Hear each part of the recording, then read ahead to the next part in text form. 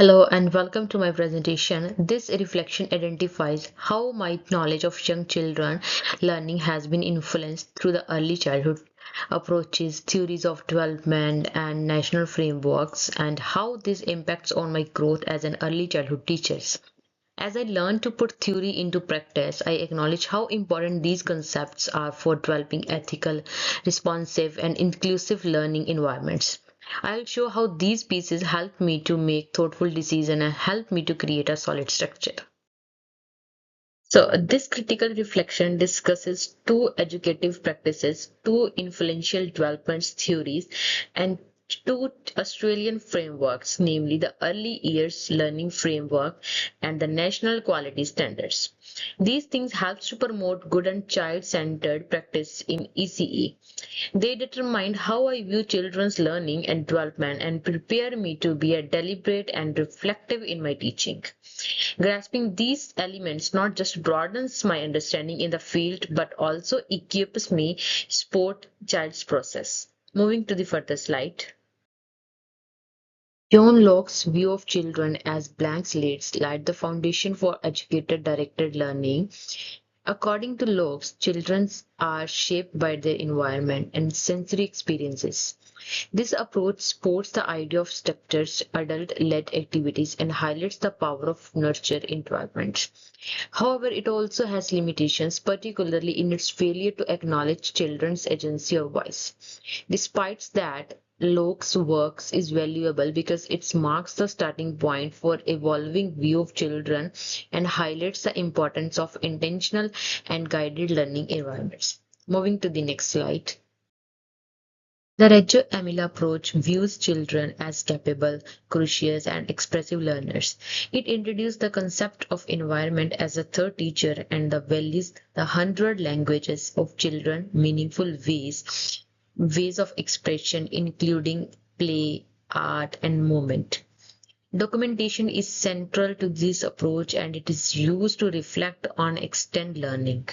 This philosophy supports the IFL principle of child agency and respect for children's voice.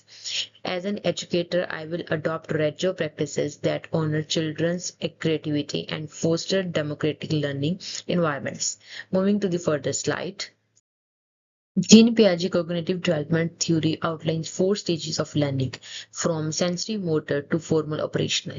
He believed that learning is an active, self-directed process and that children process is through stage based on readiness. This theory guides me to design developmentally appropriate learning tasks, particularly hands-on activities that matches a child's cognitive stage. For example, sorting or pretend play for a pre-operational child supports symbolic thinking. Piaget's theory helps me to understand how to support logical thinking and concept formation in early learners. Moving to the next slide. Lev Vygotsky's theory emphasized the importance of social interaction, culture, and language in learning. His concept of zone of proximal development highlights how children can achieve more with sport. Scaffolding or guided help from adults or peers is the key to extending thinking and skills. This theory promotes collaborative learning and underlines the educator's role as a co-learner. It also supports culturally responsible teaching practices.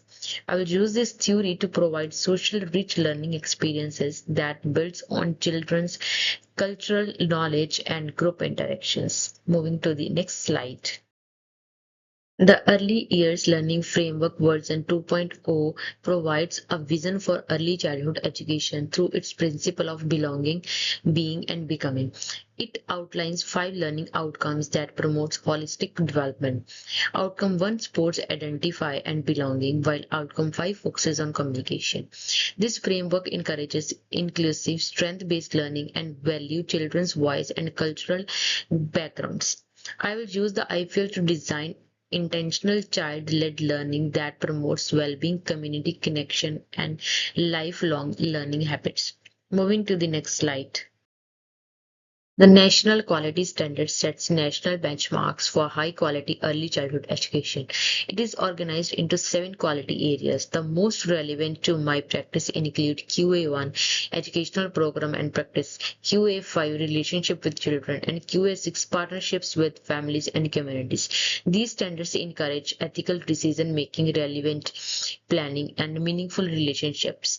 In my practice, I will ensure the curriculum is intentional and inclusive, foster warm educator-child bonds, and engage families as active partners in the learning process.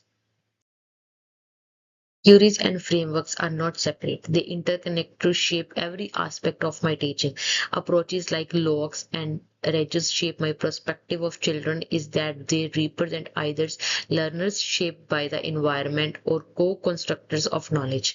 I use Piaget and Vygotsky's theory to help me scaffold learning and design activities suitable for age. Frameworks like IFL and NQS led accountability and consistency to teaching. Together, they give guidance for reflective and ethical decision making. Help me build a professional practice anchored in child-centered pedagogy on ongoing professional development. Moving to the further slide. Overall, the study of these educational approaches, theories, and frameworks has enabled me to have a more holistic understanding of children's learning and development. Today, I have a better sense of how to set up safe spaces.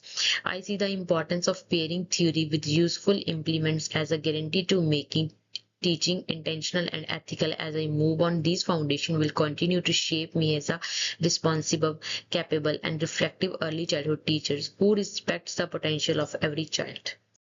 Here are the references. Thank you for listening me.